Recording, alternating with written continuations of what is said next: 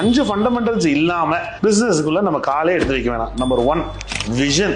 Aspiring பீப்புளுக்கு branded clothes கொடுக்கணும் அப்படின்றது தான் விஷன். வெறும் பிசினஸ் ஐடியா மட்டும் பிசினஸ் பிளான் கிடையாது. அந்த ஐடியாவை யார்கிட்ட எப்ப எங்க எப்படி போய் சேர்த்தி அதுல லாபம் எடுக்க போறோம் அப்படின்றது தான் business plan. So second fundamental is the business plan. And third main fundamental இத பண்றதுக்கான இன்வெஸ்ட்மெண்ட் நம்ம கையில இருக்கா அப்படின்றது தான் தேர்ட் ஃபண்டமெண்டல். அது 5 லட்சமோ 10 லட்சமோ நம்ம கையில இருக்கா, இல்ல அதை கொடுக்கறதுக்கான இன்வெஸ்டர் நம்ம கையில இருக்காங்களா, இல்ல அதை கொடுக்கறதுக்கு நம்ம அப்பா அம்மா ரெடியா இருக்காங்களா, இல்ல அந்த இன்வெஸ்ட்மெண்ட் கொடுக்கறதுக்கு பேங்கர்ஸ் ரெடியா இருக்காங்களா. எப்படியோ ஒரு பக்கம் அந்த ஒரு சின்ன இன்வெஸ்ட்மெண்ட்டோ பெரிய இன்வெஸ்ட்மெண்ட்டோ அதுக்கான இன்வெஸ்டர் அண்ட் இன்வெஸ்ட்மெண்ட் ரெடியா இருக்கா. இது நம்பர் 3. ஃபோர்த் ஃபண்டமெண்டல், இது எல்லாம் நம்ம பண்ண போறோம் அப்படின்னு சொன்னா அதுல லீகல் அண்ட் ரெஜிஸ்ட்ரேஷன் ஸ்ட்ராங்கா இருக்கா. ப்ராப்பர் ஜிஎஸ்டி சர்டிபிகேட் வாங்கிடுறோமா, ப்ராப்பர் கார்பரேஷன் லைசன்ஸ் வாங்கிடுறோமா, ப்ராப்பரா நம்மளுடைய என்ன பேர் வைக்க போறோமோ அதுக்கு ட்ரேட்மார்க் லைசன்ஸ் வாங்கிட போறோமா. இது எல்லாமே 100% ஸ்டார்டிங்லேயே வாங்கணும். இல்லைன்னா எவ்வளவோ பிராண்ட்ஸ் பெரிய லெவல்ல ரீச் ஆயிட்டு ட்ரேட்மார்க் பிரச்சனைனால இன்னைக்கு கஷ்டப்பட்டு இருக்காங்க 20 வருஷம் 30 வருஷம் கழிச்சு கூட.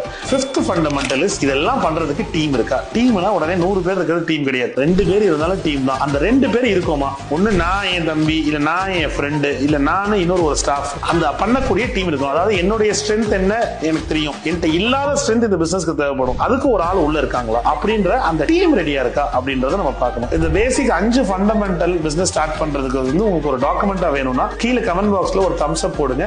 டீம் உங்களுக்கு அதை ஒரு டாக்குமெண்டா ஷேர் பண்ணுவாங்க.